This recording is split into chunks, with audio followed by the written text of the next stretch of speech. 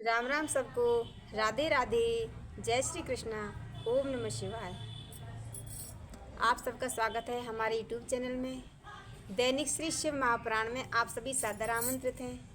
कृपया कथा के साथ बने रहिएगा। तो आज का अध्याय है 5वां।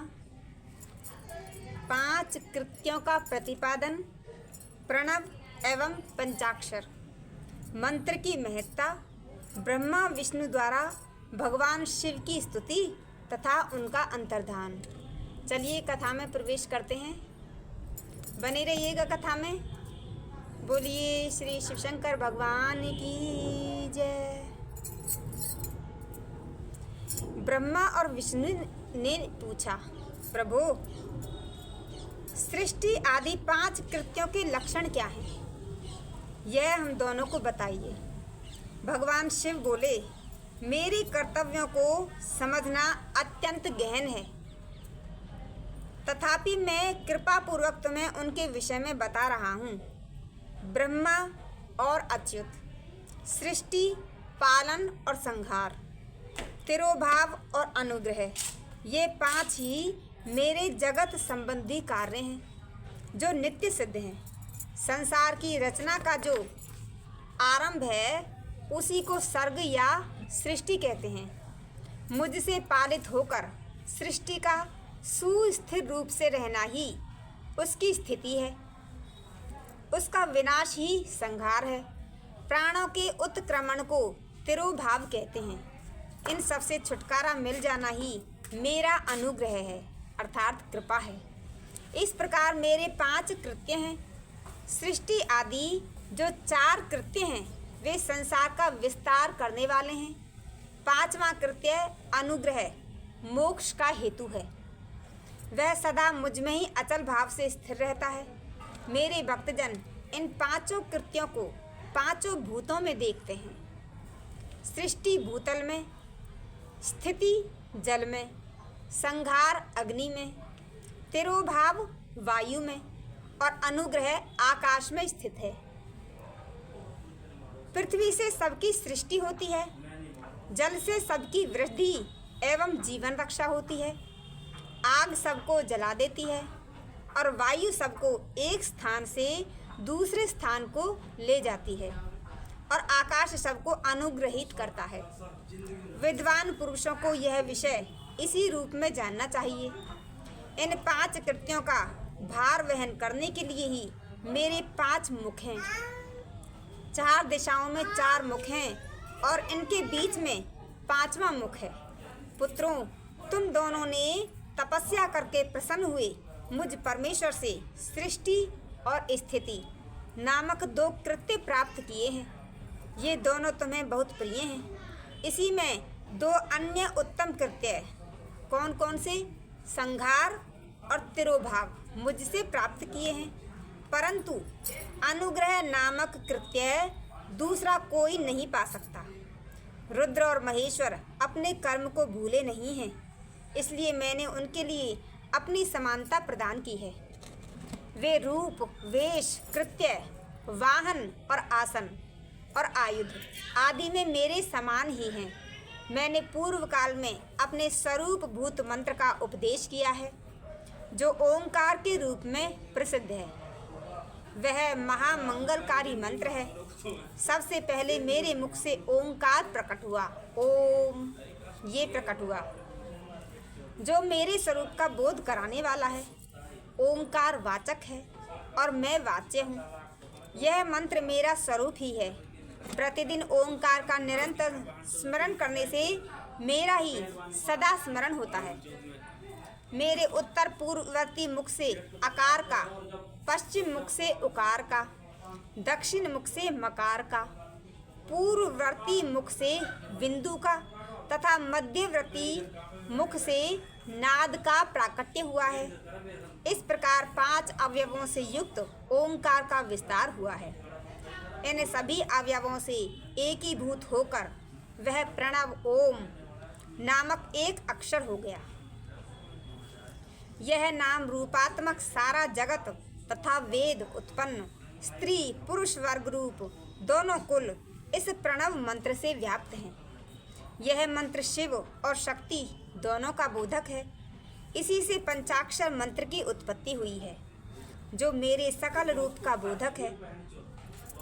वह आकार आदि क्रम से और मकार आदि क्रम से क्रमशः प्रकाश में आया है। ओम नमः शिवाय यह पंचाक्षर मंत्र है। इस पंचाक्षर मंत्र से मात्र का वर्ण प्रकट हुए हैं, जो 5 भेद वाले हैं। उसी से शिरो मंत्र सहित त्रिपदा गायत्री का प्राकट्य हुआ है। उस गायत्री से संपूर्ण वेद प्रकट हुए हैं और उन वेदों से करोड़ों मंत्र निकलते हैं। उन मंत्रों से भिन्न भिन्न कार्यों की सिद्धि होती है, परंतु इस प्रणव एवं पंचाक्षर से संपूर्ण मनोरथों की सिद्धि होती है। इस मंत्र समुदाय से भोग और मोक्ष दोनों सिद्ध होते हैं। मेरे सकल स्वरूप से संबंध रखने वाले सभी मंत्र राज साक्षात भोग प्रदान करने वाले और शुभ कारक हैं, यानी कि मोक्षदायक हैं। नंदीकेश्वर कहते हैं, तदनंतर जगदम्बा पार्वती के साथ बैठे हुए गुरुवर महादेव जी ने उत्तराभिमुख बैठे हुए ब्रह्मा और विष्णु को पर्दा करने वाले वस्त्र से आच्छादित करके उनके मस्तक पर अपना कर कमल रखकर धीरे धीरे उच्चारण करके उन्हें उत्तम मंत्र का उपदेश दिया। मंत्र तंत्र में बताई हुई विधि के पालन पूर्वक 3 बार मंत्र का उच्चारण करके भगवान शिव ने उन दोनों शिष्यों को मंत्र की दीक्षा दी। फिर उन शिष्यों ने गुरु दक्षिणा के रूप में अपने आप को ही समर्पित कर दिया और दोनों हाथ जोड़कर उनके समीप खड़े हो उन देवेश्वर जगत गुरु का स्तवन किया। ब्रह्मा और विष्णु बोले, प्रभु आप निष्कल रूप हैं, आपको नमस्कार है। आप निष्कल तेज से प्रकाशित होते हैं, आपको नमस्कार है। आप सबके स्वामी हैं, आपको नमस्कार है। आप सर्वात्मा को नमस्कार है, अथवा सकल स्वरूप आप महेश्वर को नमस्कार है। आप प्रणव के वास्यार्थ हैं, आपको नमस्कार है। आप प्रणव लिंग वाले हैं, आपको नमस्कार है।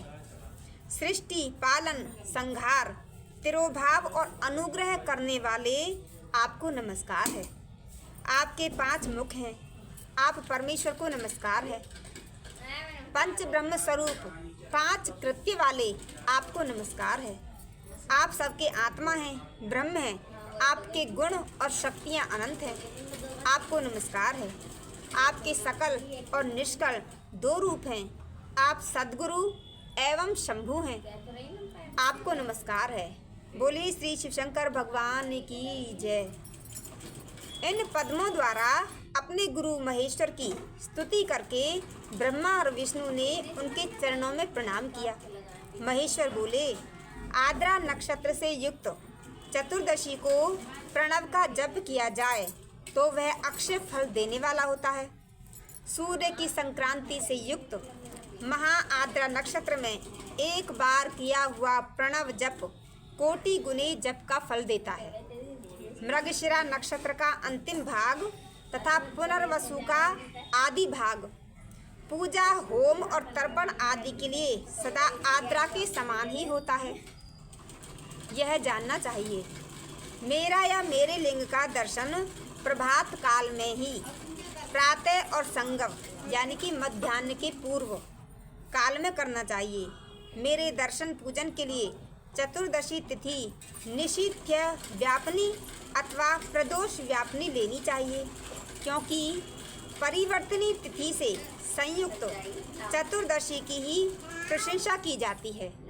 पूजा करने वालों के लिए मेरी मूर्ति तथा लिंग दोनों समान हैं, फिर भी मूर्ति की अपेक्षा लिंग का स्थान ऊंचा है। इसलिए मुमुक्षु पुरुषों को चाहिए कि वे वेर अर्थात मूर्ति से भी श्रेष्ठ समझकर लिंग की पूजा करें। लिंग का ओमकार मंत्र से और वेर का पंचाक्षर मंत्र से पूजन करना चाहिए।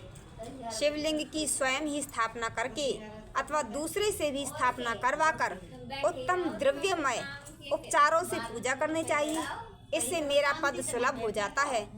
इस प्रकार उन दोनों शिष्यों को उपदेश देकर भगवान शिव वहीं अंतर्धान हो गए। बोलिए श्री शिवशंकर भगवान की जय, श्री शिव परिवार की जय। आज के लिए बस इतना ही। आगे की कथा अगले अध्याय में श्रवण करते हैं। तब तक के लिए राम राम, राधे राधे, जय श्री कृष्ण, ओम नमः शिवाय।